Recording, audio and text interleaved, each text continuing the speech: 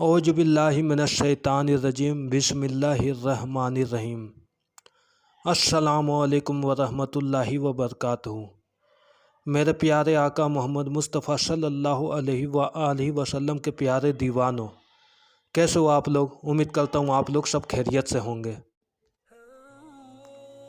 घर में बरकत के लिए और तंगदस्ती बेबरकती के असबाब यानी घरों में गरीबी आने के क्या क्या कारण हैं, क्या क्या वजह है जिससे गरीबी आती है, और घरों में बरकत के लिए हमें कौन सा अमल करना है। घरों में बरकत के लिए हमें कौन सा अमल करना है दोस्तों, जिससे हमारी घरों में बरकत ही बरकत हो इंशाअल्लाह। तो इन सभी की जानकारी हदीसों की रोशनी में मैं आप लोगों के सामने पेश करने जा रहा हूं दोस्तों। आप लोग इसे ध्यान से ज़रूर सुनें और इस पर अमल करने की कोशिश करें दोस्तों। इंशाअल्लाह तबारक व तआला आपकी गरीबी और तंगदस्ती दूर हो जाएगी और आपके घरों में बरकत ही बरकत होगी इंशाअल्लाह। तो आगे बढ़ने से पहले मैं आप लोग से गुजारिश करता हूं कि आप लोग मेरे वीडियो को लाइक करें और चैनल को सब्सक्राइब करें और बेल आइकन ज़रूर दबाएं ताकि मेरा लेटेस्ट वीडियो सबसे पहले आप तक पहुंच सके इस्लामिक इल्म में मालूमात हासिल करने के लिए। तो चलिए शुरू करते हैं।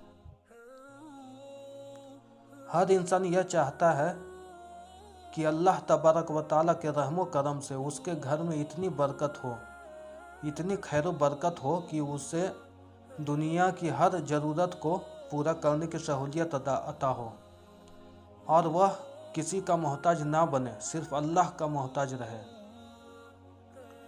ऐसे में अगर इंसान लाखों कोशिश के बाद भी कामयाबी को हासिल नहीं कर पाता है, बहुत से अमल और बहुत से वजीफ़ा करने के बाद भी उसको कामयाबी नहीं मिल पाता है दोस्तों, तो इसके पीछे क्या कारण है। तो आइए सबसे पहले हम इसकी वजह को जान लेते हैं। इसके पीछे क्या कारण है। बहुत से अमल और वजीफ़ा करने के बाद भी हमें कामयाबी नहीं मिल पाती है। वैसे तो मुसलमानों का हर काम अल्लाह तबारक व तआला और उसके हबीब मोहम्मद मुस्तफ़ा सल्लल्लाहु अलैहि व आलिहि वसल्लम की रज़ा के लिए होनी चाहिए दोस्तों, लेकिन अफसोस शायद इसी वजह से आज हमें तरह तरह के मुसीबतों का सामना करना पड़ रहा है। कोई बेरोजगार है तो कोई तंगदस्ती का शिकार है, कोई जॉब के लिए परेशान है तो कोई किसी बीमारी से परेशान है, तो कोई अपने घरों में उलझा हुआ है और किसी की सैलरी तो अच्छी खासी है लेकिन वह पैसों को बचा नहीं पा रहा है दोस्तों। यानी बेबरकती और तंगदस्ती की वजह से उसकी अच्छी खासी सैलरी इनकम भी कम पड़ जाती है। आज के दौर में बहुत से ऐसे लोग हैं जो बेबरकती और तंगदस्ती का शिकार है दोस्तों। शायद ही कोई घराना ऐसा हो जो इन परेशानियों से महफूज हो। तो यह सब बेबरकती और तंगदस्ती की वजह खुद हमारी बेअमली है दोस्तों। तो घर में बरकत लाने के लिए हमें सबसे पहले बेबरकती के असबाब को ख़त्म करने होगा दोस्तों। अगर आप बेबरकती और तंगदस्ती के असबाब यानी घर में गरीबी आने का जितना भी कारण हो, उन सब को अगर आप ख़त्म नहीं करेंगे तो फिर आप जितना भी घर में बरकत के लिए वजीफ़ा करेंगे आपको कुछ फ़ायदा हासिल नहीं होगा दोस्तों। इसलिए हमें सबसे पहले बेबरकती और तंगदस्ती के असबाब यानी घर में गरीबी आने के कारण जितना भी कारण है दोस्तों, उन सब को हमें ख़त्म करना होगा। वैसे तो घर में गरीबी आने के बहुत से कारण हैं दोस्तों। इनमें से कुछ कारणों को मैं आप लोगों के सामने पेश करने जा रहा हूं दोस्तों, जो बहुत ही ज़रूरी है सभी के लिए। तो आप लोग इसे ध्यान से सुने दोस्तों। नंबर 1, जब भी आप खाना खाएं तो खाना खाने से पहले हाथ मुंह धो लिया करें दोस्तों। ऐसा ना करने से घर की बरकत चली जाती है। नंबर 2, जैसा कि आप लोग जानते हैं दोस्तों कि मुसलमानों का हर जायज़ काम बिस्मिल्लाह से शुरू होता है, तो खाना खाने से पहले आप लोग बिस्मिल्लाह ज़रूर किया करें। और घर में जितने भी सदस्य हैं, जितने भी लोग हैं घरों में, सब मिलकर एक साथ खाना खाएं दोस्तों। इससे घर में बरकत होती है दोस्तों। और यह भी ध्यान रहे कि जितने लोग घर में खाना खा रहे हैं उनमें से एक भी अगर बिस्मिल्लाह नहीं किया तो घर की बरकत चली जाती है, और जिस खाने में बिस्मिल्लाह ना पढ़ी जाए उस खाने में शैतान शामिल होता है दोस्तों। तो आप लोग खाना खाने से पहले बिस्मिल्लाह जरूर पढ़ा करें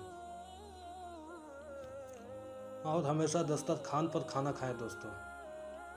अगर दस्तरखान पर दाना जर्रात वगैरह गिर जाए तो उसको पोंछ कर खा लिया करें। ना खाने से घर की बरकत चली जाती है दोस्तों। और अंगली को चाट कर खाना खाएं। प्लेट में जर्रात वगैरह नहीं रहने चाहिए। प्लेट साफ कर कर खाना खाएं दोस्तों। नंबर 3, जो प्लेट में खाना खाए वही प्लेट में हाथ धोना। तो ऐसा आप लोग बिल्कुल ना करें दोस्तों। इससे प्लेट की बेहरमती होती है और घर की बरकत चली जाती है। नंबर 4, औरत को बेपर्दा होना। तो ऐसा नहीं करें। ऐसा करने से घर की बरकत खत्म हो जाती है।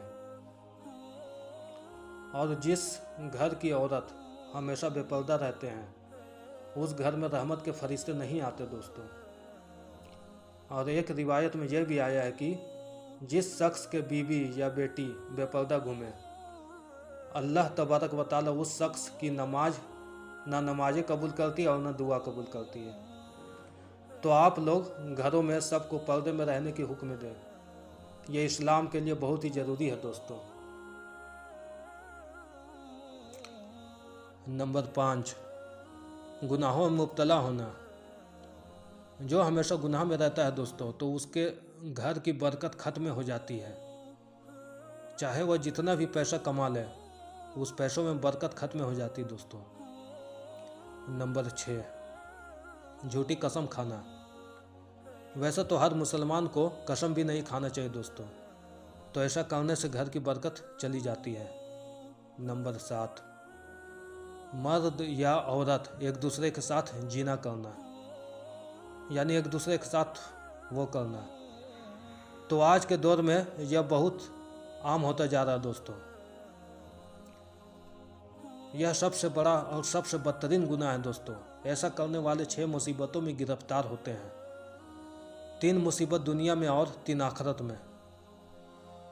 और दुनिया के 3 मुसीबतों में से एक मुसीबत यह भी है कि वह बहुत ही ज़्यादा तंगदस्ती का शिकार हो जाते दोस्तों। बहुत तेज़ी से गरीबी आने लगती है। इस गुनाह को करने वालों के साथ बहुत ही तेज़ी से गरीबी आने लगती है। तो इस बदतरीन गुनाह से आप लोग हमेशा बचा करें दोस्तों।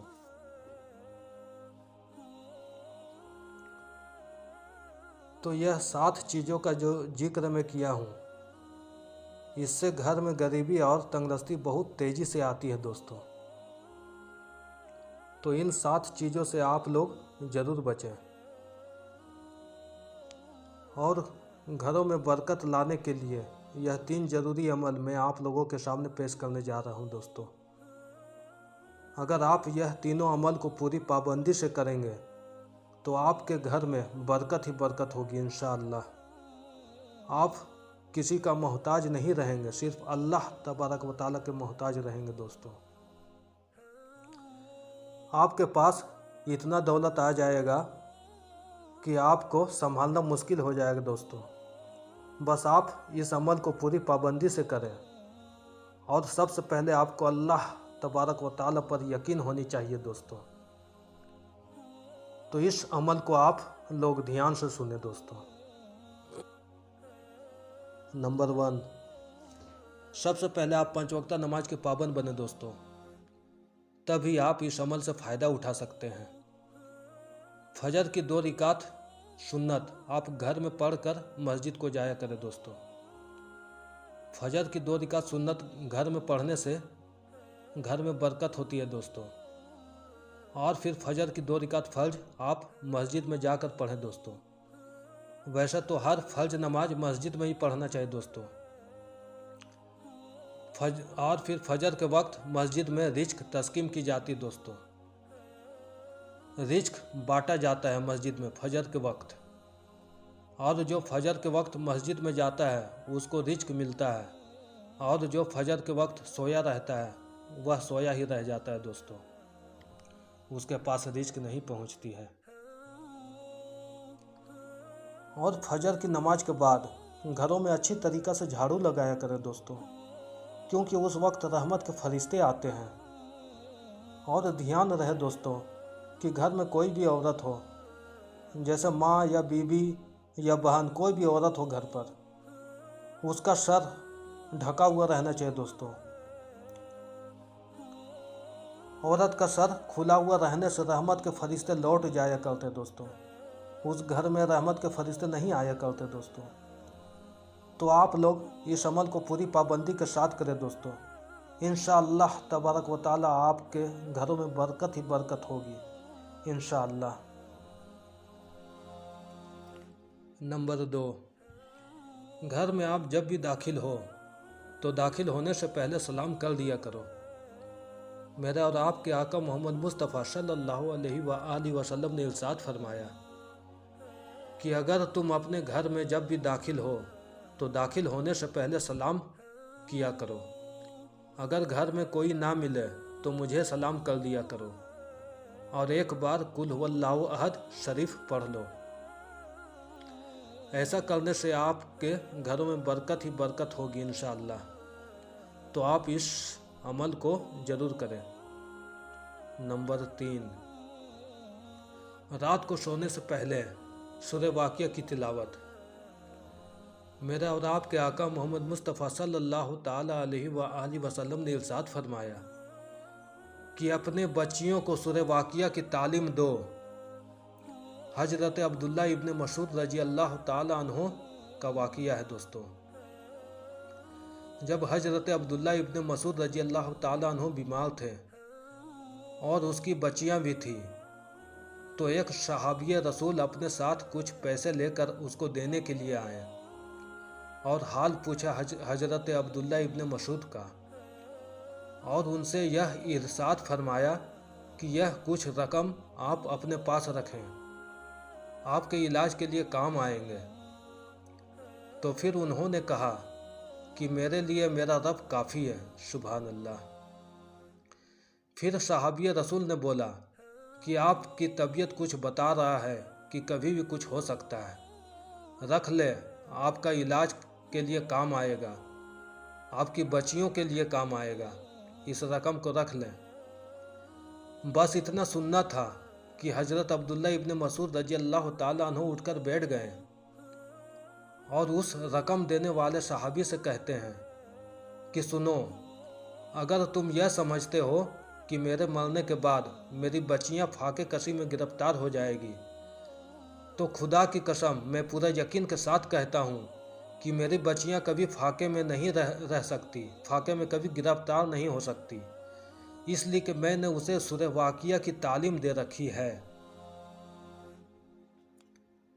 और मेरी हर बच्ची सूरह वाक़िया को याद की हुई है। और हुजूर मोहम्मद सल्लल्लाहु अलैहि वसल्लम ने फरमाया कि जो बंदा सूरह वाक़िया रोज़ाना रात को तिलावत करे, उसके घर में अल्लाह तबारक व ताला कभी फाका नाजिल नहीं फरमाता है, सुभान अल्लाह। इसलिए आप लोग सूरह वाक़िया को ज़रूर पढ़ा करें दोस्तों। रात को सोने से पहले हमेशा सूरह वाक़िया को पढ़कर सोया करें दोस्तों। सूरह वाक़िया को पढ़ने से घर में बरकत ही बरकत होगी दोस्तों। आप कभी किसी का मोहताज नहीं रहेंगे, सिर्फ अल्लाह का मोहताज रहेंगे दोस्तों। तो आप लोग इस अमल को ज़रूर किया करें। तो उम्मीद करता हूँ दोस्तों कि ये वीडियो आपको पसंद आई होगी। आज के लिए बस इतना ही, मिलता हूँ फिर अगली वीडियो में। अस्सलामु अलैकुम व रहमतुल्लाहि व बरकातहू।